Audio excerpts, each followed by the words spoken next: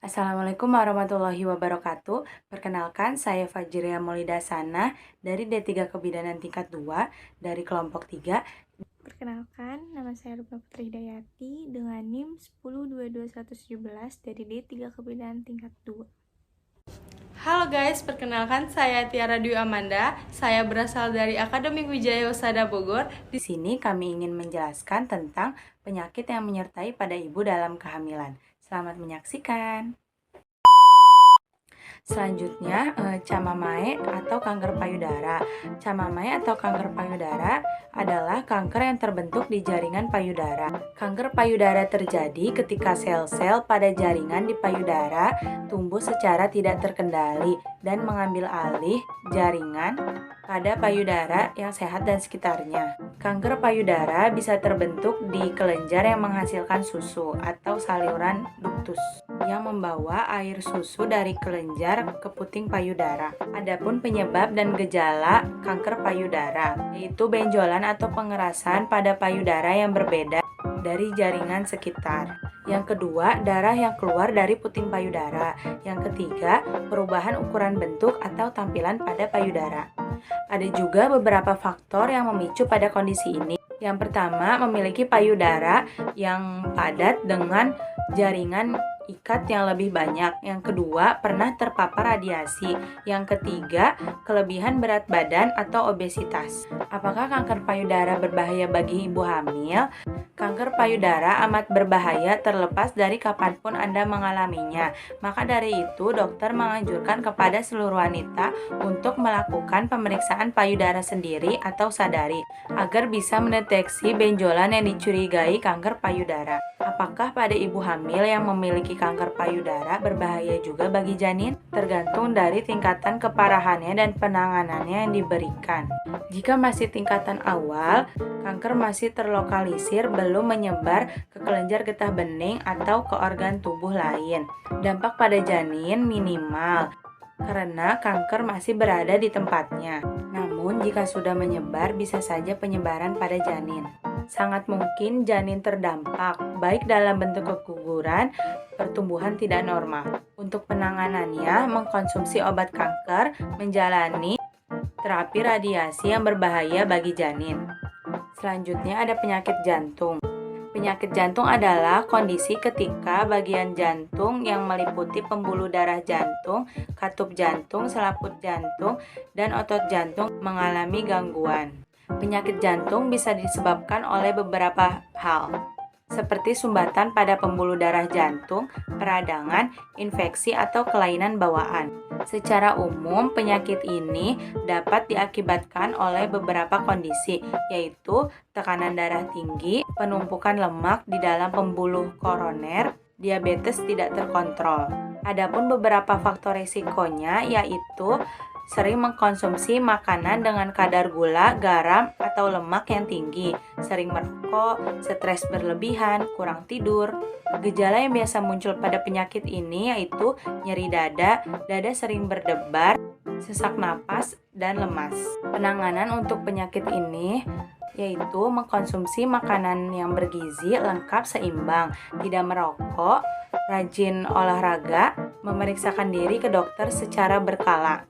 Pada ibu hamil, penyakit jantung ini termasuk ke dalam kategori resiko tinggi karena dapat membahayakan keselamatan ibu dan janin. Ada beberapa faktor yang dapat menyebabkan resiko penyakit jantung saat kehamilan. Pertama, riwayat keluarga yang memiliki penyakit jantung. Yang kedua, obesitas. Yang ketiga, kekurangan nutrisi sebelum hamil dan sesudah hamil. Dan yang terakhir, ibu hamil berusia lebih dari 30 tahun. Segera konsultasi dokter jika terdapat masalah kehamilan terkait jantung, agar dapat segera melakukan pemeriksaan lanjut. Selanjutnya ada rubella. Rubella adalah penyakit menular yang terjadi akibat infeksi virus. Kondisi ini memiliki nama lain yaitu campak Jerman. Penyakit ini berbeda dari campak, tetapi memiliki kesamaan gejala, yaitu muncul ruam kemerahan pada kulit. Wanita hamil dengan usia kehamilan belum 5 bulan harus lebih mewaspadai penyakit ini karena penyakit ini berpotensi untuk menimbulkan sindrom rubella kongenital yang bisa berdampak pada bayi setelah lahir. Virus ini bisa menyebar dengan begitu mudah dan biasanya melalui saluran pernapasan. Ketika bersin atau batuk, kemudian percikan liur tanpa sengaja terhirup orang di dekatnya, sehingga menjadi jalan penyebaran virus. Selanjutnya ada beberapa faktor resiko rubella, yaitu kontak mata dengan orang yang terinfeksi, tidak dapat vaksinasi, respon imun yang buruk terhadap vaksin. Selanjutnya ada pun beberapa gejala umumnya, yaitu sakit kepala, iritasi ringan pada mata, demam, dan nyeri pada sendi. Gejala tersebut pun termasuk gejala pada ibu hamil. Apabila ibu hamil mengalami gejala tersebut, segera ke dokter dan melakukan pemeriksaan lanjut. Pengobatannya mengkonsumsi obat penurun demam untuk menurunkan demam dan meredakan rasa nyeri pada sendi. Selanjutnya istirahat yang cukup dan minum air putih yang banyak. Selanjutnya ada cas serviks. Cas serviks adalah kanker yang tumbuh pada sel-sel di leher rahim. Kanker ini umumnya berkembang perlahan dan baru menunjukkan gejala ketika sudah memasuki stadium lanjut. Risiko kanker serviks juga rentan terjadi pada dua kondisi ini, yaitu yang pertama, wanita hamil muda yang berusia 20 tahun ke bawah. Yang kedua, riwayat keluarga. Kanker ini juga dapat diturunkan oleh keluarga yang pernah mengalami masalah ini. Selanjutnya ada dampak serviks pada kehamilan. Yang pertama, mengalami pendarahan saat melahirkan.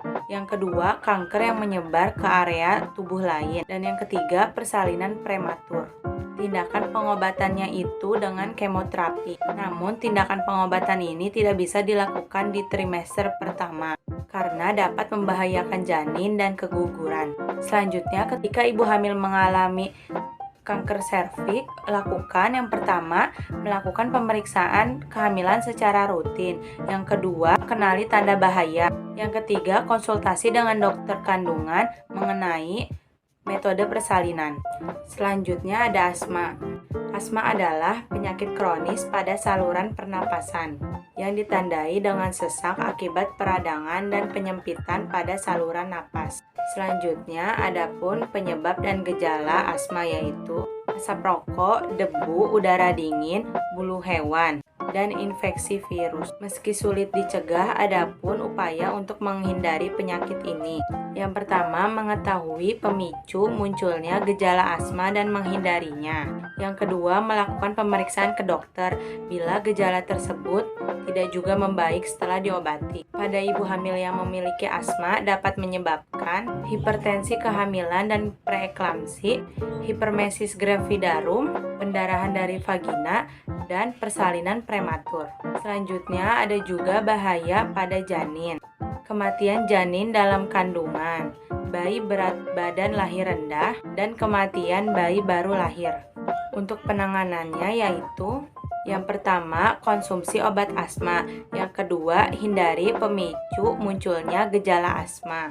Yang ketiga, rutin menjalani medical check-up. Dan yang terakhir, pantau gerak janin setiap hari. Baik, di sini saya akan menjelaskan tentang apa sih itu Vacella. Vacella adalah infeksi yang disebabkan oleh virus Vacella zoster. Penyakit ini dengan mudah menular dari satu orang ke orang yang lain. Kemudian untuk tanda gejala Vacella sendiri itu apa sih? Mungkin ada muncul gatal berisi air, kemudian demam, sakit kepala, nyeri otot. Kemudian apa sih penyebab ibu jika terkena Vacella sendiri? Mungkin ibu akan mengalami pneumonia, infeksi paru-paru, kemudian ensefalitis, radang otak, atau hepatitis radang hati. Kemudian selanjutnya ada hipertiroid dan hipotiroid. Untuk hipertiroid sendiri ini ada kelainan yang terjadi karena kelenjar tiroid menghasilkan terlalu sedikit hormon tiroid dan memperlambat metabolisme tubuh. Untuk tanda dan gejalanya itu ibu mungkin akan mengalami sembelit, denyut jantung melambat, dan intoleransi terhadap suhu tubuh. Untuk hipotiroid sendiri ini adalah kelainan yang terjadi karena kelenjar tiroid menghasilkan terlalu banyak hormon tiroid dan mempercepat metabolisme tubuh. Tanda dan gejala untuk hipotiroid sendiri itu ada intoleransi terhadap suhu panas, kemudian diare, jantung berdebar. Kemudian apa sih jika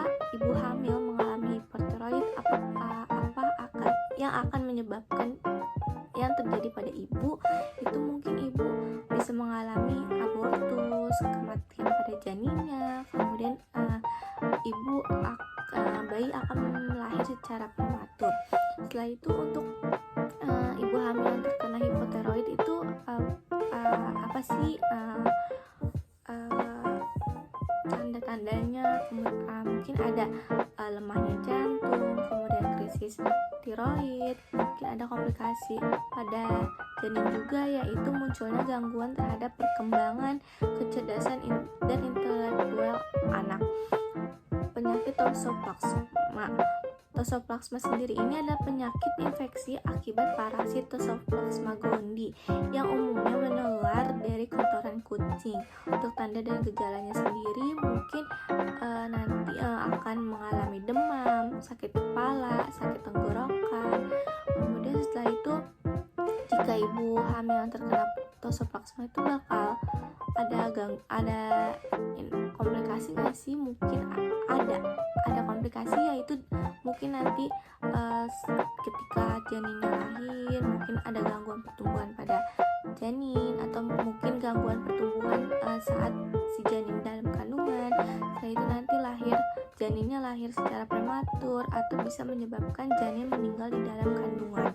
Setelah itu yang terakhir ada DM atau diabetes mellitus, yaitu penyakit metabolik yang terjadi ketika terdapat kadar gula yang terjadi pada tubuh namun tidak dapat dipergunakan secara maksimal oleh tubuh. Jadi kadar gulanya itu melebihi batas normal. Kemudian tanda gejalanya itu mungkin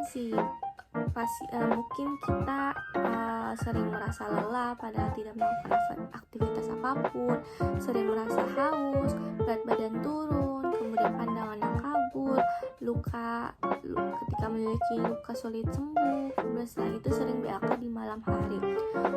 Apa sih yang terjadi pada ibu hamil jika terkena DM atau diabetes mellitus?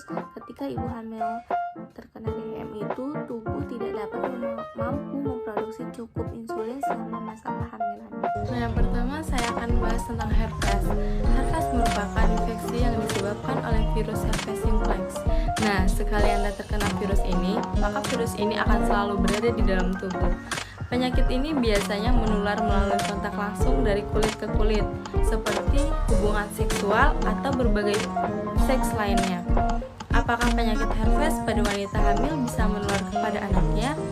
Nah, pada yang sudah terinfeksi sebelum mengandung, maka kemungkinan kecil akan membahayakan di janin karena antibodi pelindung tubuh dan pelawan virus.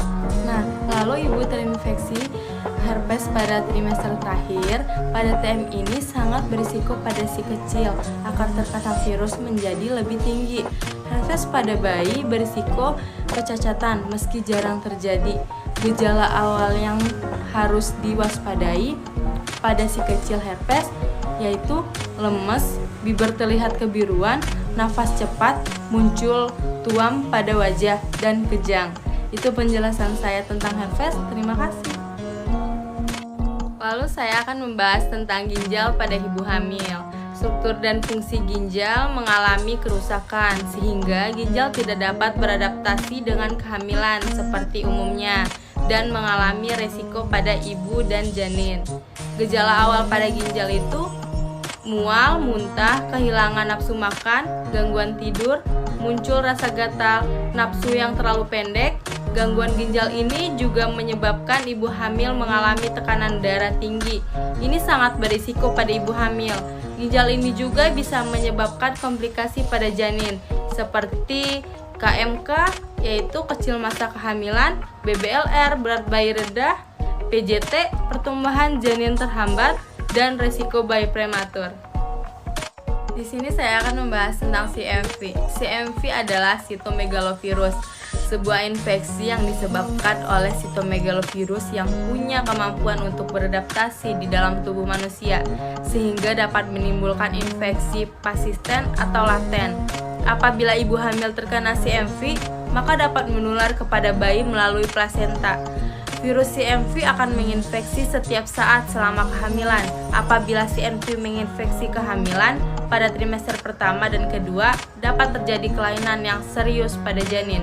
Bahaya CMV pada kehamilan dapat berupa lahir prematur, ukuran kecil atau BBLR, penyakit kuning, pembesaran hati dan limpa, mikrosefalus, trombositopenia, gangguan pendengaran, dan kegagalan pertumbuhan kematian pada bayi.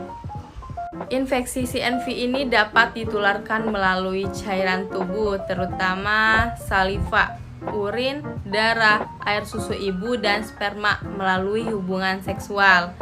Untuk menegakkan diagnosis infeksi CNV dibutuhkan pemeriksaan laboratorium yang disebut dengan pemeriksaan IgG. Selanjutnya saya akan membahas tentang TB paru atau tuberkulosis. Tuberkulosis pada ibu hamil dapat memiliki dampak serius pada kesehatan ibu hamil. Selain mengenai ibu, janin yang dikandung juga dapat tertular tuberkulosis. Nah, penularan jalur ini bisa dinamakan dengan penularan transpirasetal. Penularan ini cukup jarang terjadi. Namun, resiko tertular melalui kontak dengan ibu mengalami TB tetap ada infeksinya. TB pada ibu hamil dapat meningkatkan resiko komplikasi selama kehamilannya. Nah, adapun resiko komplikasi selama kehamilan. Yang pertama itu ada persalinan prematur, berat bayi lahir rendah, risiko terinfeksi TB pada bayi baru lahir. Adapun gejala TB pada kehamilan ini yaitu berupa yang pertama batuk terus-menerus, lalu penurunan berat badan, demam, nafsu makan menurun.